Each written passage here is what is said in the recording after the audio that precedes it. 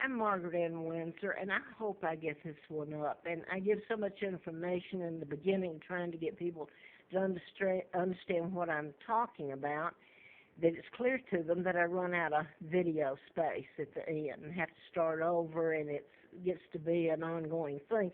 So I've got plenty of videos up if somebody cares to go back and get the background on it. I wrote a book I was kidnapped, let me say that, in 41, brought to Moulton, Alabama, given the name of a twin, Peggy and Dempsey. I married a Childers.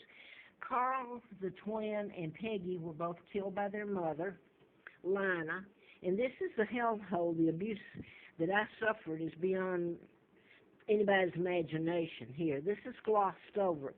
This woman, Annie Dempsey Carter, she's one of the kids there. She actually, when I had a Hustler car furnished by Hustler, had this magazine, and I went up there, so I wasn't afraid they were going to try to kill me. At least I could get away. This is Larry Flint, was shot in Lawrenceville, one of the mind control murders I wrote about, and this was put out in April '84. So I went up there, and this woman confessed that Annie Dempsey Carter, that they knew about me replacing the real Peggy and both of them being dead, but that her mother, Lavinia, right here, swore them to secret. Now, this is Annie Carter. So they all knew it. The girls and the family, the one son was James Matthew Dempsey, was in the Army. So now then, she confessed to it. And then later, when I didn't have the car anymore, was literally on the street, couldn't get jobs, then she tried to have me. Okay? So it's all in how it's presented and what's going on and how people react. I want to say this real quick, though.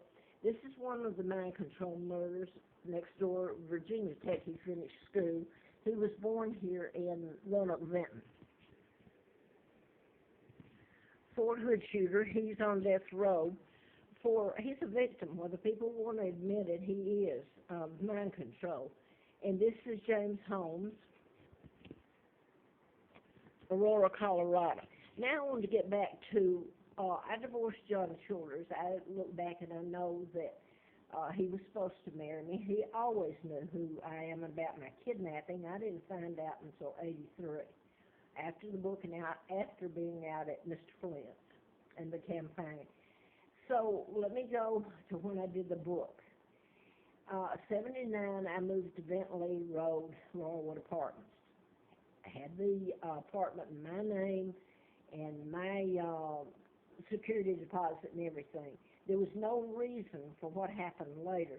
On June the 23rd of '79, while living there, I had a letter. I had two, actually, Agent Guest and one from U.S. Attorney William Harper. Ongoing investigation, national security involved.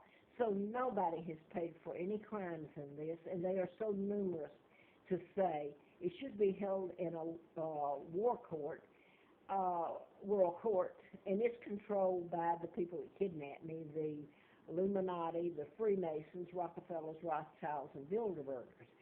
And my own Uncle George, who became illegal George VI, thus Elizabeth, who's a part of the New World Order, the people, Illuminati, that kidnapped me. So, going into a world court that's controlled by them, should I live? I'm 76, crippled, can't get around. I've been kept almost penniless. I don't know where my sons are, Mark and Scott, and they're heirs after me.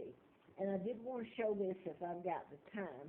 These murders were done in patterns deliberately.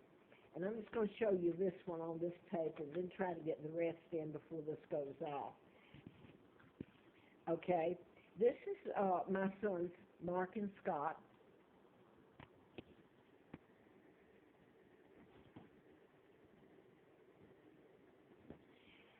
Last picture is Gabby Gifford.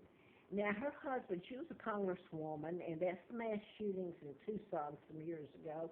Her husband is twin, Mark Kelly, twin to Scott Kelly. Both of them are astronauts.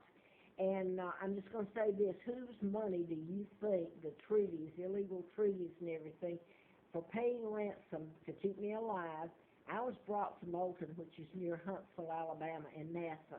So stop and think about it.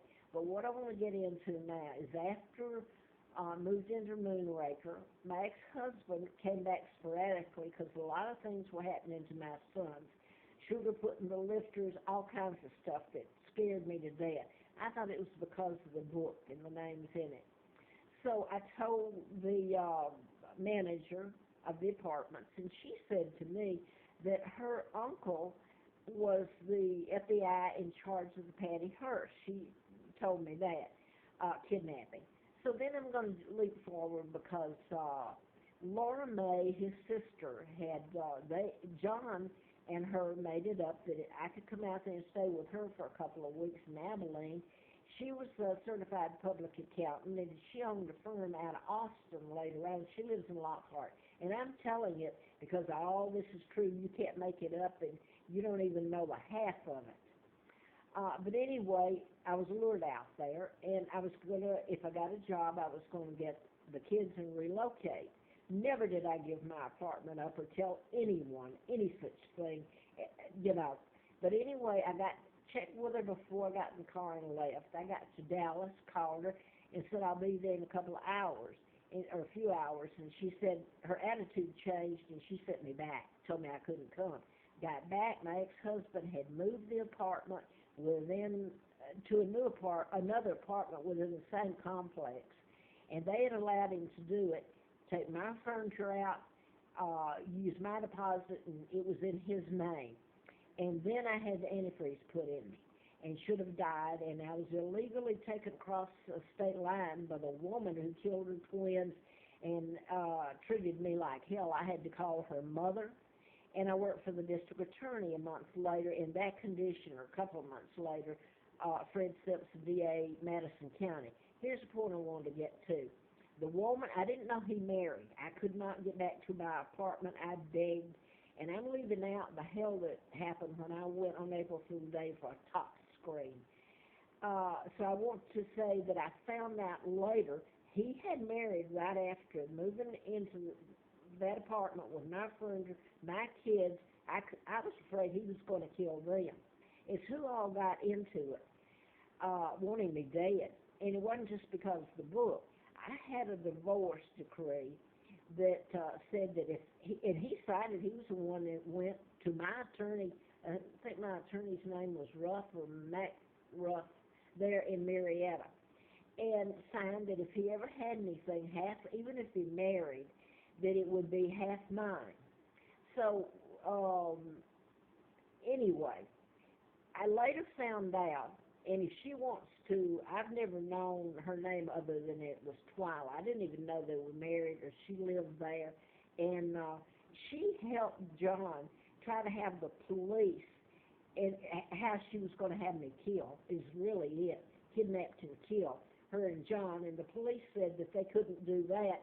It happened another way, and I could have died, but I don't know how much, she influenced and tried. My point here is she had my divorce, and if she wanted to question the people that told me, she'd have a rough time doing it, I can tell you, because they darn well know she had my divorce. They gave me alimony and half of anything, and $100,000 insurance policy was supposed to be kept up. What's she doing with my divorce? I wanted to ask, just in case anybody knows her, and she lives in Rutherford, I believe. She lived in Lawrenceville and Marietta when she supposedly married John. Where are my pictures? I have no pictures. The couple I have of my children are ones that were sent to me. I had a great big photo of me, my whole family from way back, my baby pictures, everything, all gone. Where's my book, MD License to Kill? I've had several people ask me, as far as I know, they were destroyed.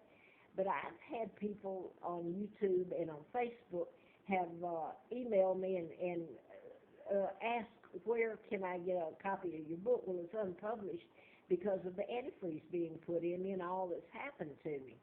But I wondered, with all the things that were stolen, and she helped steal it, hey, Twila, do you have a copy of my book? And what are you doing with it? Nobody has addressed this woman.